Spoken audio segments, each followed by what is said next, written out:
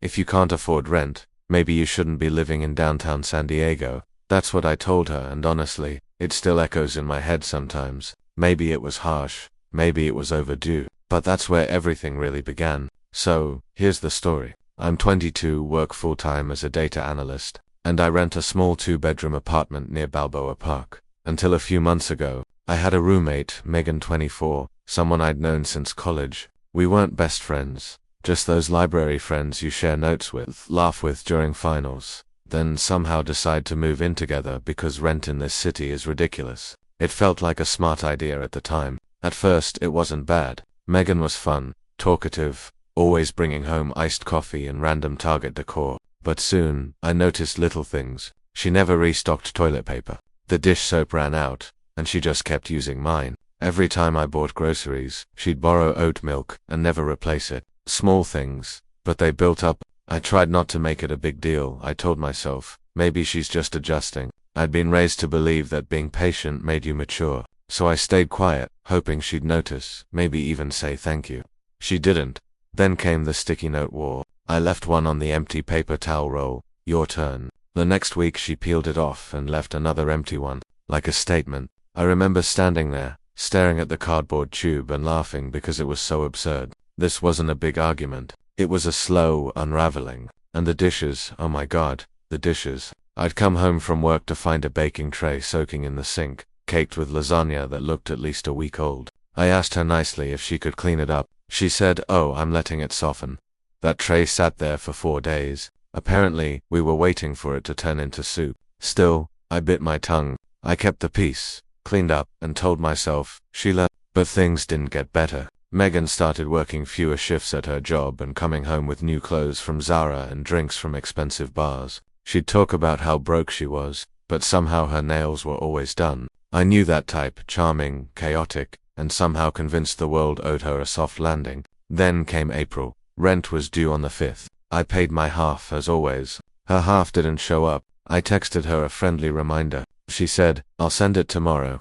Tomorrow became next week. Next week became silence. When she finally replied, she joked, "Haha, sorry, I'm bad with money." I wanted to believe it was just a bad month, so I covered her portion, thinking she'd pay me back. She didn't. When May came, same story. That's when the mood in the apartment changed. The air felt heavier, like every time she walked past me, she was carrying guilt she didn't want to talk about. I could hear her through the walls, whispering on FaceTime late at night, laughing, planning weekends, always out, never home. I started to feel invisible in my own place. The person who paid bills, who scrubbed the sink, who held the line. She was living like a guest in a hotel she never paid for. One night I came home after a long day and found her boyfriend, some guy named Tyler, sitting on our couch, scrolling through Netflix like he owned the place. Megan was in her room, curling her hair, getting ready to go out. She introduced us like this was normal. I didn't argue. I just smiled, went to my room, and shut the door.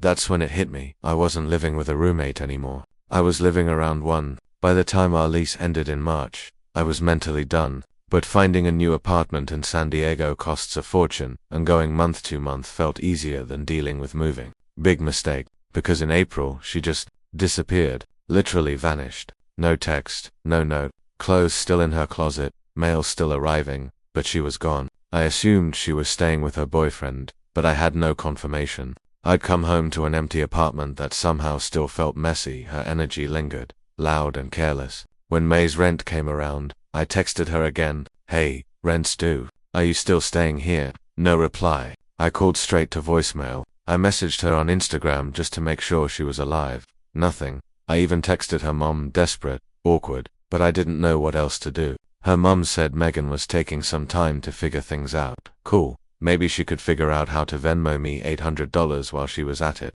That was the moment something in me shifted. I stopped being the patient roommate. I stopped making excuses. I started counting days and planning what I'd do when enough time passed and she still hadn't come back. Because at some point, silence becomes its own kind of answer.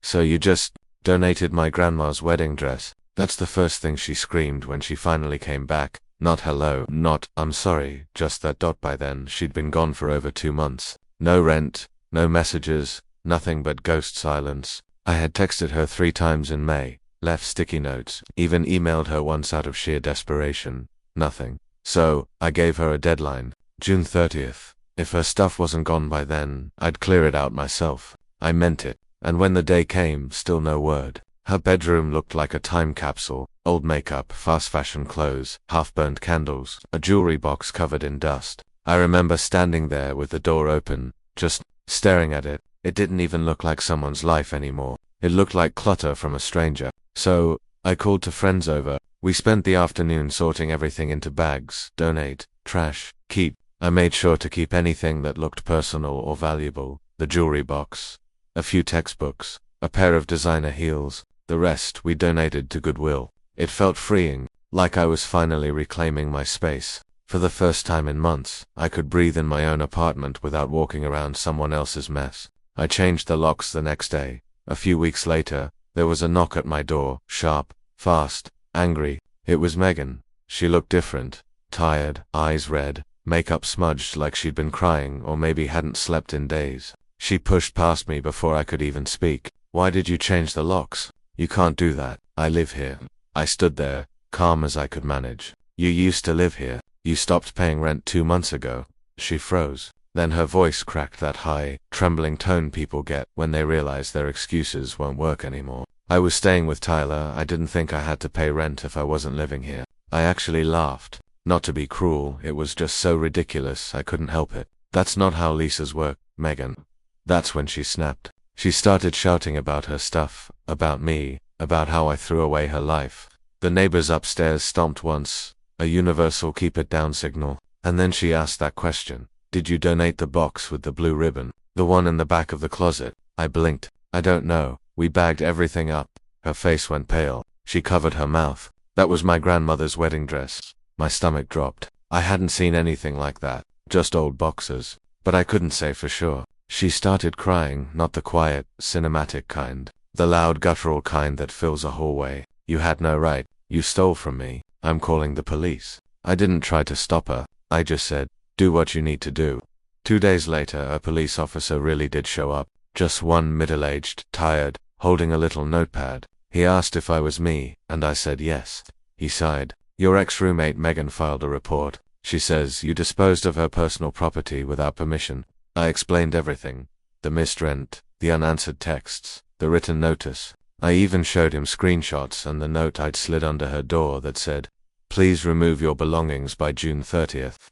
He nodded, almost bored. Technically, she abandoned the property. Once someone stops paying rent and doesn't occupy the unit for 30 days, it's considered forfeited. "You're fine." I exhaled for what felt like the first time all week. "So I'm not going to jail over a dress." He smiled, just barely. "Not unless it's still in the closet." I laughed. He did, in single quotes to Dort after that. Things went quiet. I thought that was the end. But of course, it wasn't, because Megan didn't just disappear this time. She went online a few days later. I opened Instagram, and there it was. A carousel post with a blurry picture of our apartment. The caption said, "When you think you know someone, and they donate your family heirloom because they can't handle conflict." The next slide was a photo of a trash bag on the curb. Caption, "This is where she thinks my life belongs." And the comments.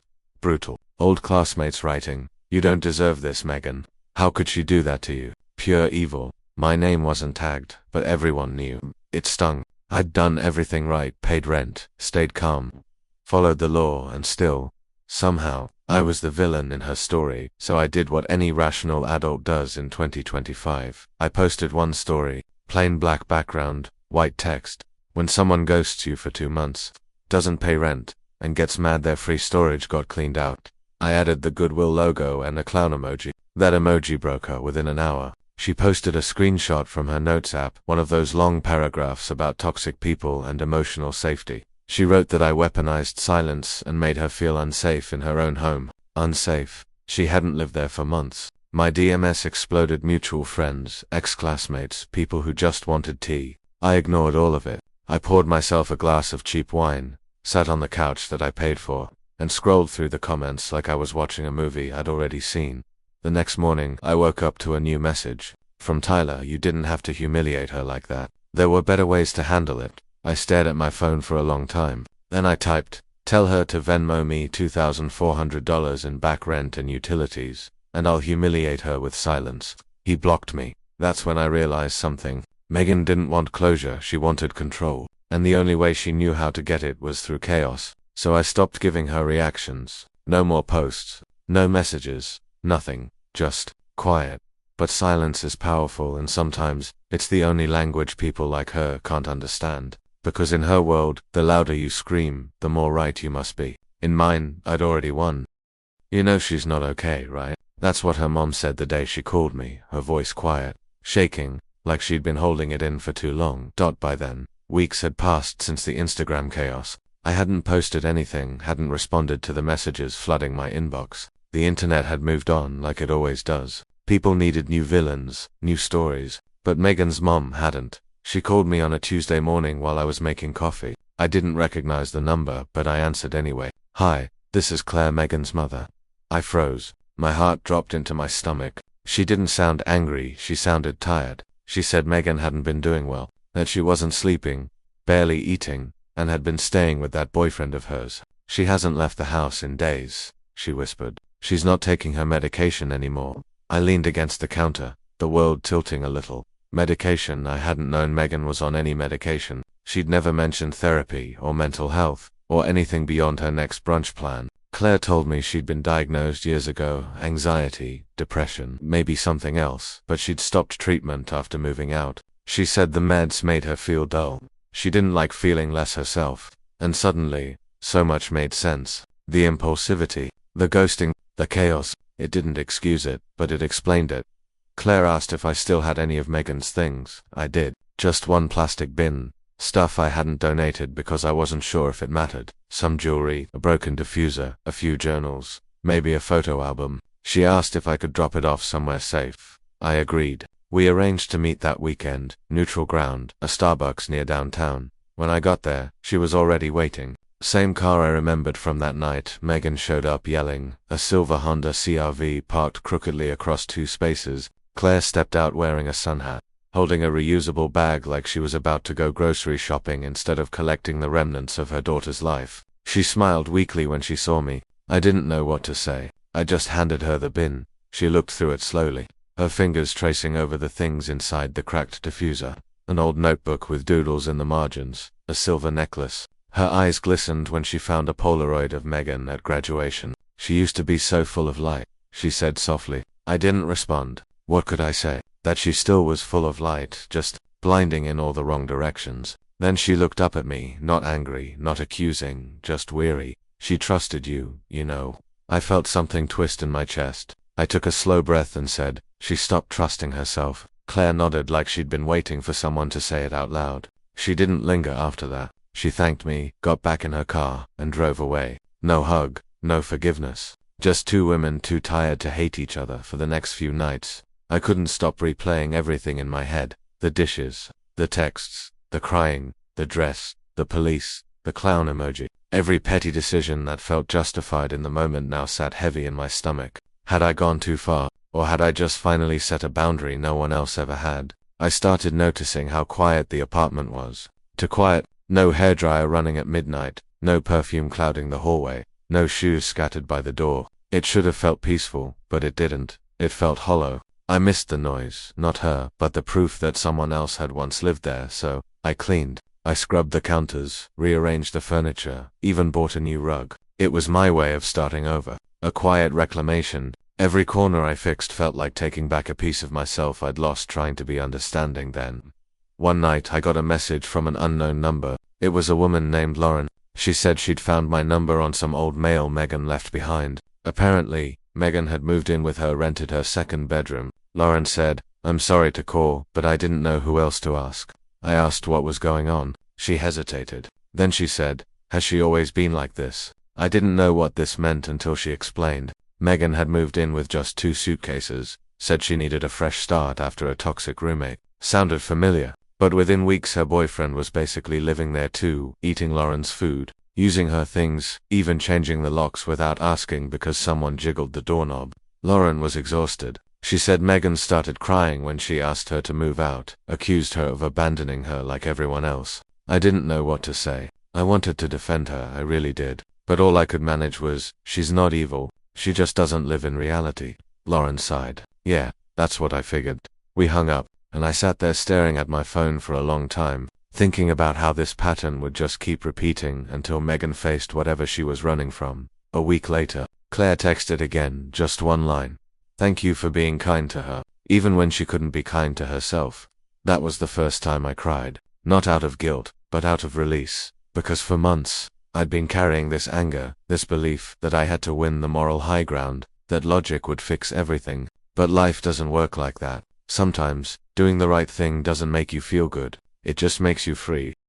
I found a place for her, and for me, too. That's what her text said. After everything, months of silence, chaos, police, tears, that single message blinked on my screen like a ghost, finally saying goodbye. It was January by then, almost 7 months since everything had happened. Life had gone back to normal, or at least my version of it. I'd gotten promoted at work, adopted a cat, even painted Megan's old room pale blue and turned it into an art studio. I'd started throwing clay on weekends, shaping bowls and vases that never came out quite perfect but still felt like progress. My life was quiet, stable, predictable, and then that text arrived.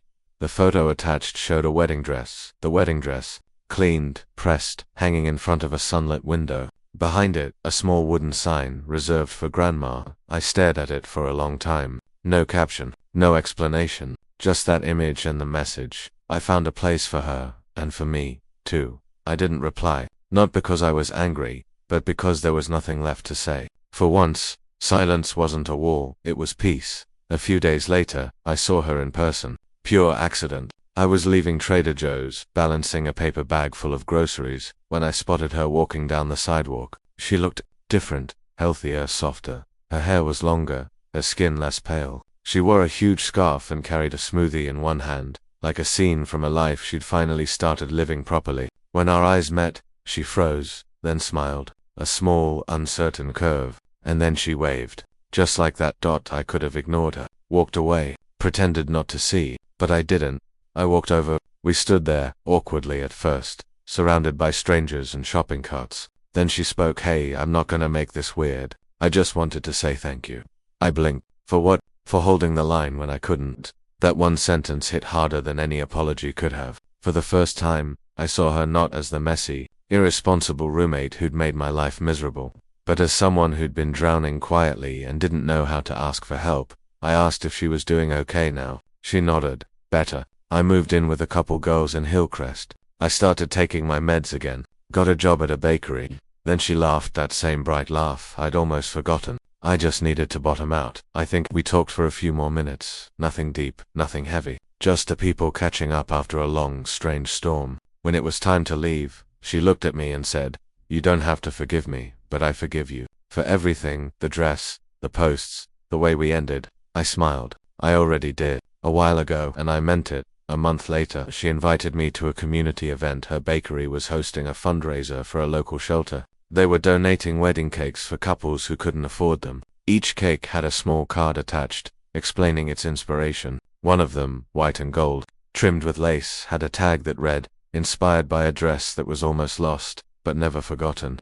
I stood there for a long time, staring at that cake. The room smelled like sugar and vanilla and second chances. I didn't ask if it was that dress. I didn't need to. As people mingled, laughing and eating, I realized something simple and kind of beautiful. I wasn't angry anymore. Not at her, not at myself, not at how messy it all got, because we were both just two young women trying, failing, learning, surviving. She thought silence would make things easier. I thought control would fix everything. We were both wrong. What healed us wasn't revenge or justice or even time. It was understanding, quiet, patient, imperfect, understanding. I still think about her sometimes. Not the version who left dishes in the sink or screamed in the hallway, but the one who laughed too loud in college, who shared playlists on long drives, who once said, "I just want to feel like I belong somewhere." And maybe she does now. Maybe I do, too. These days, my apartment feels different. Not empty, but lighter. The cat sleeps in sun patches by the window, the pottery wheel hums softly in the background, and the air smells like lavender instead of tension. It's not a grand ending, just peace. And sometimes, that's enough. So, Reddit, YouTube, whoever's listening, was I the villain? Maybe was she, kind of. But most of the time, real life doesn't hand you heroes and villains, just people doing the best they can with what they have. And if there's one thing I've learned, it's this. Peace doesn't come from being right, it comes from letting go, and that was Ethan's story, a story not about revenge, but about letting go, about how silence and kindness can heal what anger never could. Thank you for staying until the very end. If this story touched you, even just a little, maybe it reminded you of a moment when you had to walk away, or forgive someone who never said sorry, then I hope you know, you're not alone. Every story we share here is a reminder that healing takes time, and peace always begins with understanding. Don't forget to follow, like, and share if you want to hear more stories like this, stories about truth, heartbreak, and the quiet strength it takes to move on. Until next time, this is Whispers in Reddit, where every whisper tells a story worth hearing.